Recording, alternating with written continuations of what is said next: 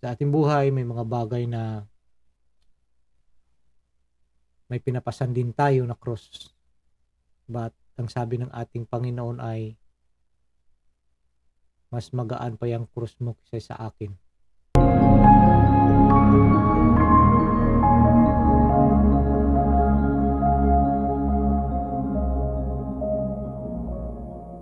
A Lenten Prayer. In the name of the Father, and of the Son, and the Holy Spirit. Amen. Look with favor, Lord, on your household. Grant that, though our flesh be humbled by abstinence from food, our souls, hungering after you, may be resplendent in your sight. Amen. In the name of the Father, and of the Son, and the Holy Spirit. Amen.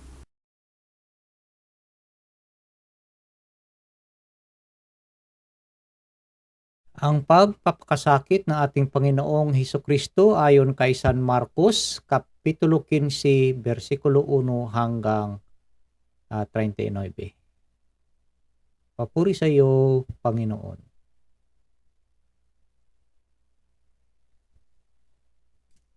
Kinaumagahan, nagpulong agad ang mga punong saserdote, ang matatanda ng bayan, ang mga eskriba at ang iba pang bumubuo ng Sanhedrin.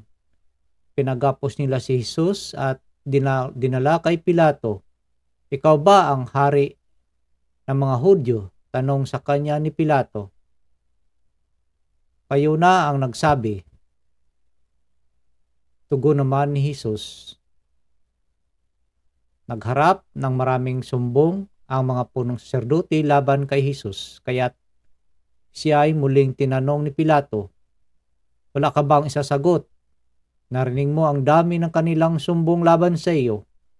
Ngunit, hindi na tumugon pa si Jesus, kaya't nagtaka si Pilato. Tuwing pista ng Pasko ay nagpapalaya si Pilato ng isang bilanggo.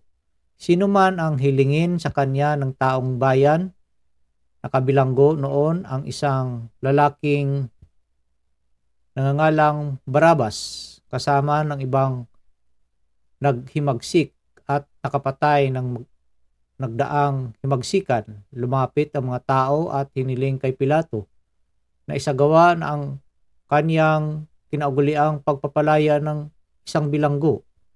Ibig ba ninyong palayain ko ang hari ng mga Hudyo? Tanong niya sa kanila. Alam ni Pilato na inggit ang nag-udyok sa mga punong saserdote na dalhin sa kanya si Jesus. Ngunit ang mga tao'y sinulsulan ng mga punong saserdote na si Barabas ang hilinging palayain. Kung gayon, ano ang gagawin ko sa taong ito na tinatawag ninyong hari ng mga Hudyo? Tanong uli ni Pilato. Ipako sa krus, sigaw ng mga tao. Bakit? Ano ba ang kasalanan niya? Ani Pilato. Ngunit talo pang sumigaw ang mga tao. Ipako siya sa krus. Sa paghahangad ni Pilato na pagbigyan ang mga tao, pinalaya niya si Barabas. Si Jesus ay kanyang ipinahagupit at ibinigay sa kanila upang ipako sa krus. Dinala ng mga kawal si Jesus sa Pretorio, ang tirahan ng gobernador, at kanilang tinipon ang buong batalyon. Sinuotan nila si Jesus ng isang balabal na purpura.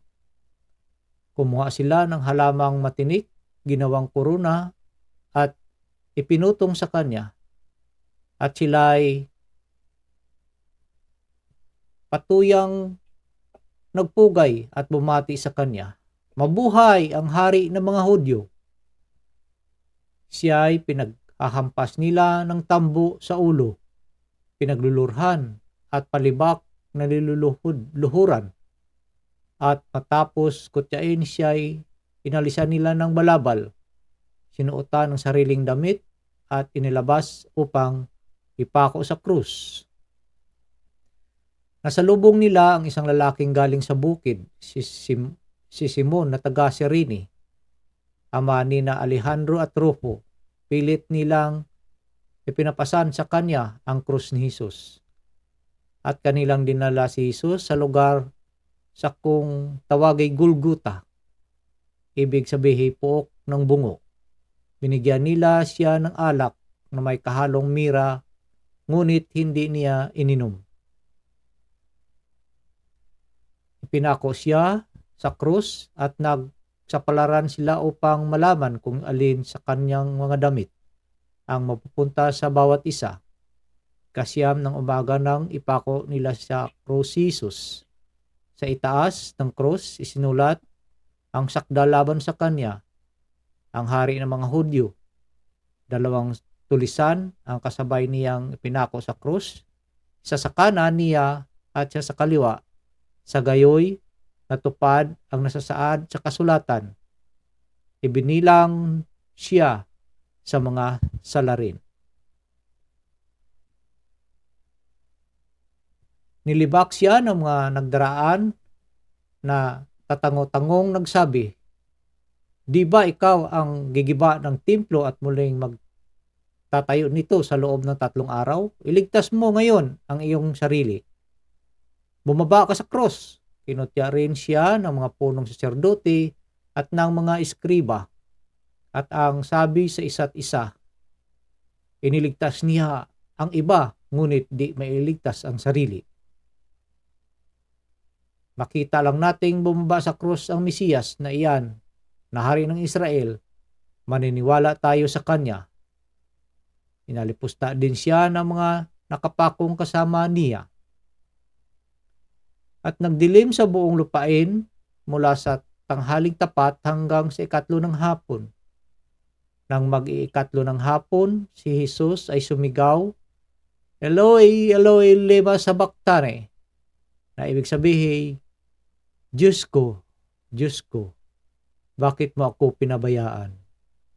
Narinig ito ng ilan sa mga nakatayo roon at kanilang sinabi, "Pakinggan ninyo, tinatawag niya si Elias." May tumakbo at kumuha ng espongha. Ito'y binasa ng maasim na alak at pagkatapos ay inilagay sa dulo ng isang tambo at ipinasipsip kay Jesus. Sabi niya, "Tingnan nga natin kung darating si Elias upang ibaba siya." Sumigaw ng malakas si Jesus at nalagutan ng hininga. Mga kapatid, dito po'y luluhod tayo at sandaling manahimik.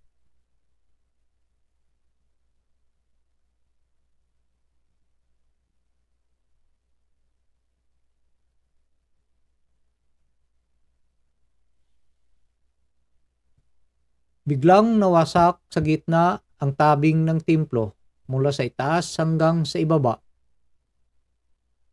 Nakatayo sa harap ng krus ang isang kapitan ng mga kawal at kanyang nakita kung paano namatay si Jesus. Kaya sinabi niya, "Tunay ngang anak ng Diyos ang taong ito." Ang mabuting balita ng Panginoon. Pinupuri ka namin, Panginoong Hesus Kristo. Isang mapagpalang Palm Sunday po of the Lord's Passion sa ating lahat. Kamusta po mga kapatid? Una-una po sa lahat, ako po ay nagpapasalamat sa ating poong may kapal sa pagkakataong ito na makapagbahagi ng kanyang mabuting balita. So, kamusta po? Sana naway nakapagsimba tayo sa araw na ito as we begin the Holy Week, no? At bago pong lahat, ako pinagpapasalamat din sa ating mga taga-subaybay, sa ating mga subscribers. Marami pong salamat sa inyo. Today, we already on Palm Sunday. Ito po yung pagpasok na, no, ng ating Panginoon sa Jerusalem. At ito po'y hudyat na, no, ng kaniyang ah, pagbata, no, dahil po sa ating mga kasalanan. So as our Lord Jesus journeyed to his passion, death, and resurrection.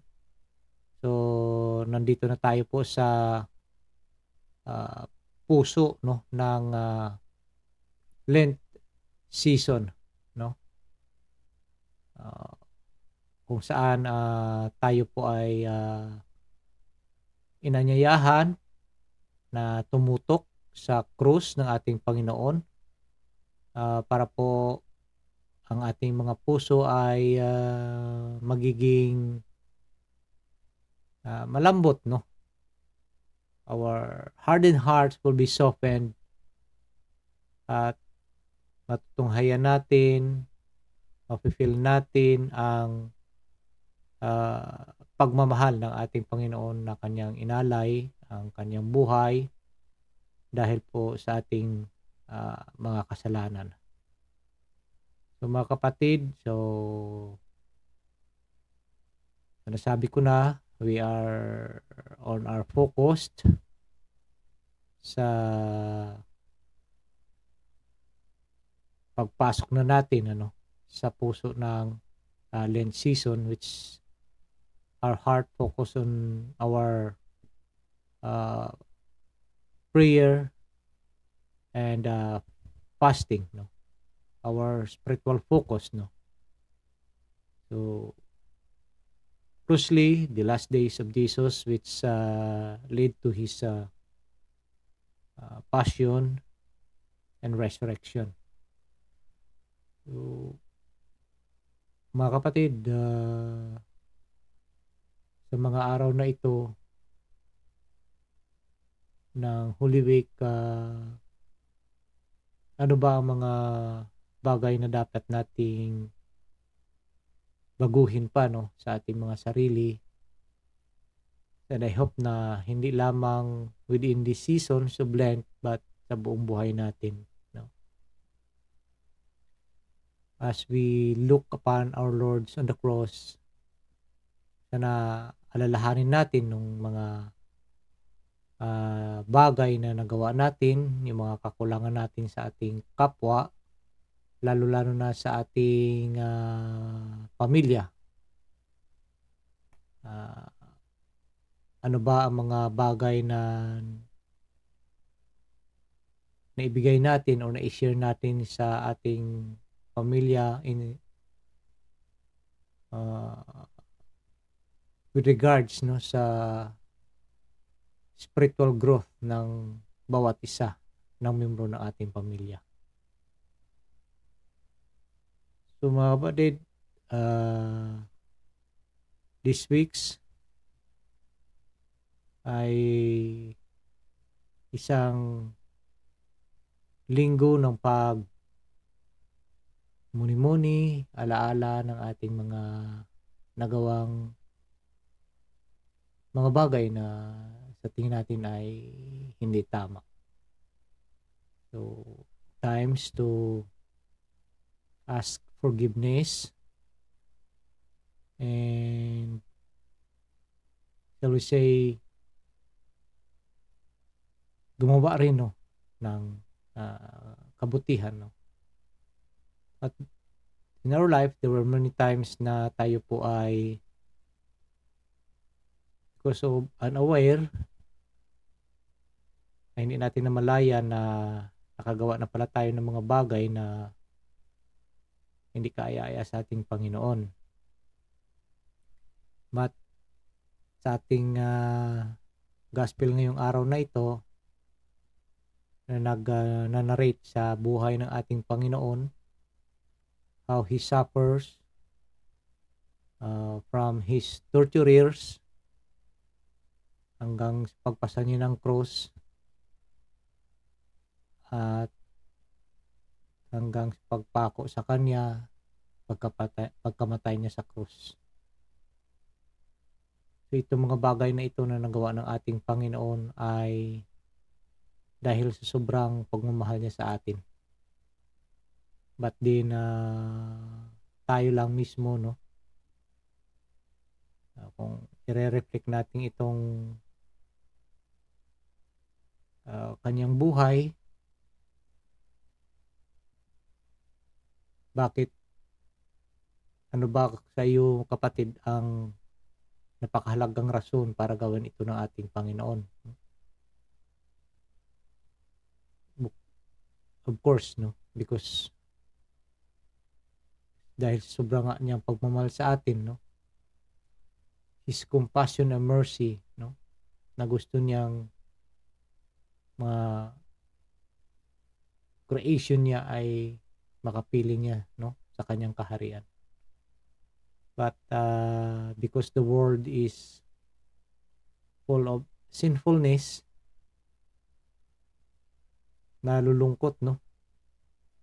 Ng ating Panginoon. At not only that, but every time na makagawa tayo ng kasalanan ay ganoon din kabigat, no? Ang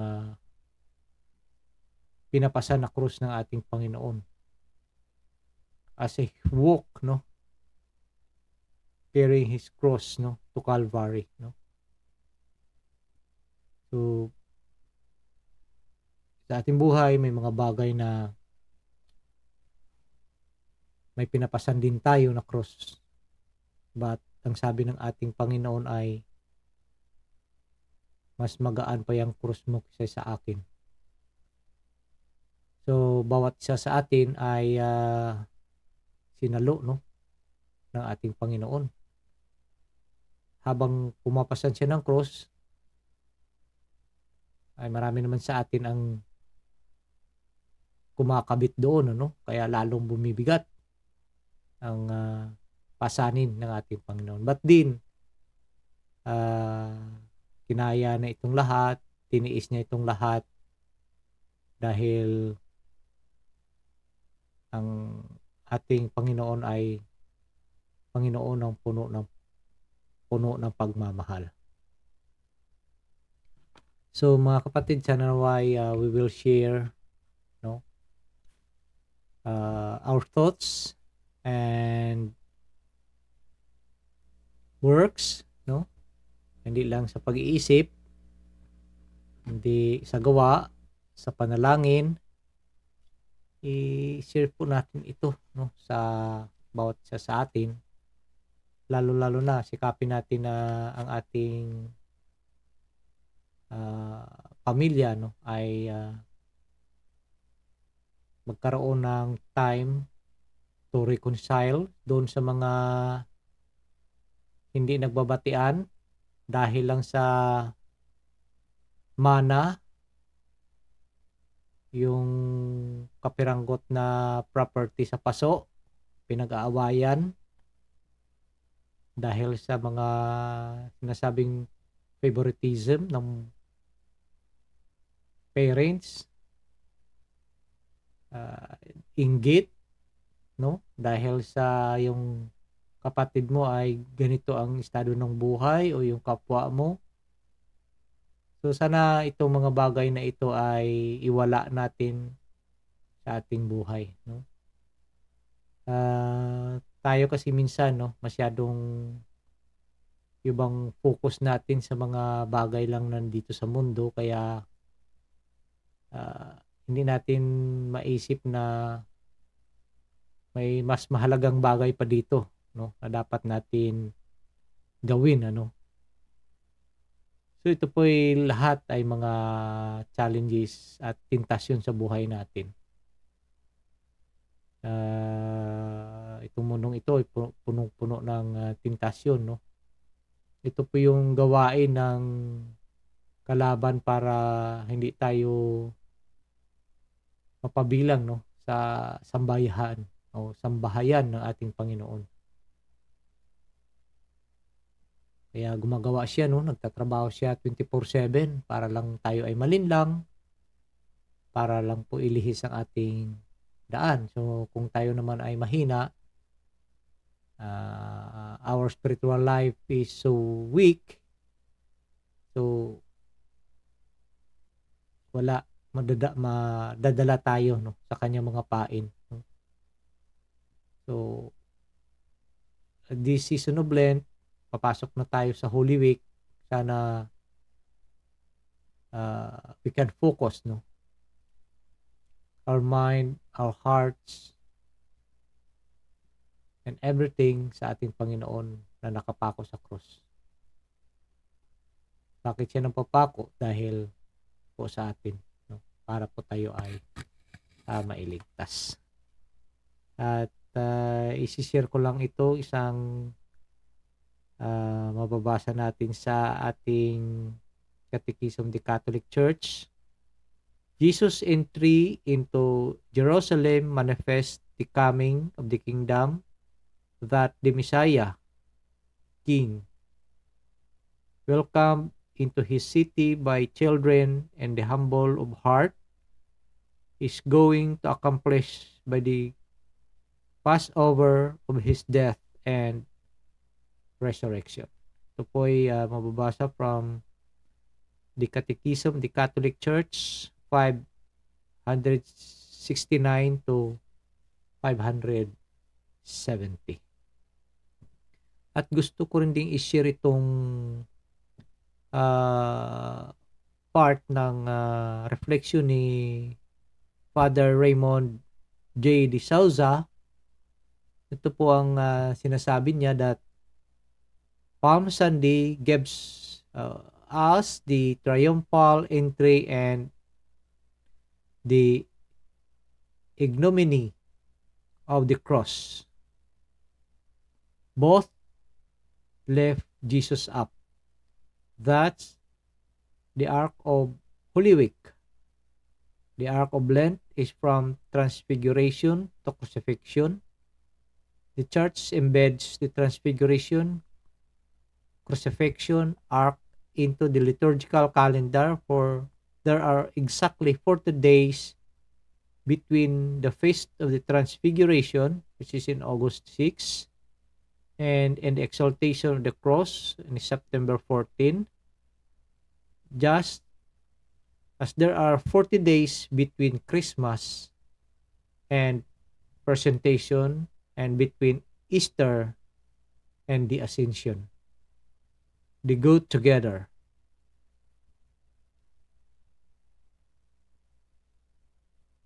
So ito po mga kapatid ang part ng reflection ni Father Raymond J. De Souza. And I would like to share these prayers. Most merciful Father, you granted Elijah to behold your glory. Grant that we may see Jesus lifted up on the cross, as not forsaken, but fulfilling all the promises of old. So, yun lang po mga kapatid. Marami pong salamat at sa muli, isang mapagpalang Palm Sunday of the Lord's Passion sa ating pong lahat. At ako po ay nagpapasalamat sa lahat natin ng mga taga-subaybay, sa ating mga subscribers. Marami pong salamat sa inyo. Sana naway gabayan po tayo ng banal na espiritu at pagpalain po tayo ng puong may kapal sa ating araw-araw na pamumuhay, at ilayo po tayo sa anumang kapahamakan, lalo-lalo na ang buong membro ng ating pamilya. At wag lang po nating kalimutan na kumapit lang po sa patalim ang salita ng ating Panginoong Jesucristo. Marami pong salamat and God bless us all. Manalangin po tayo. Sa ngalan ng Ama, ng Anak, ng Diyos Espiritu Santo. Amen. Spirit of wisdom and understanding, enlighten our minds to perceive the mysteries of the universe in relation to eternity. Spirit of right judgment and courage, guide us and make us firm in our baptismal decision to follow Jesus' way of love. Spirit of knowledge and reverence, help us to see the lasting value of justice and mercy in our everyday dealings with one another. May we respect life as we work to solve problems of family and nation, economy and ecology. Spirit of God, spark our faith, hope, and love into new action each day.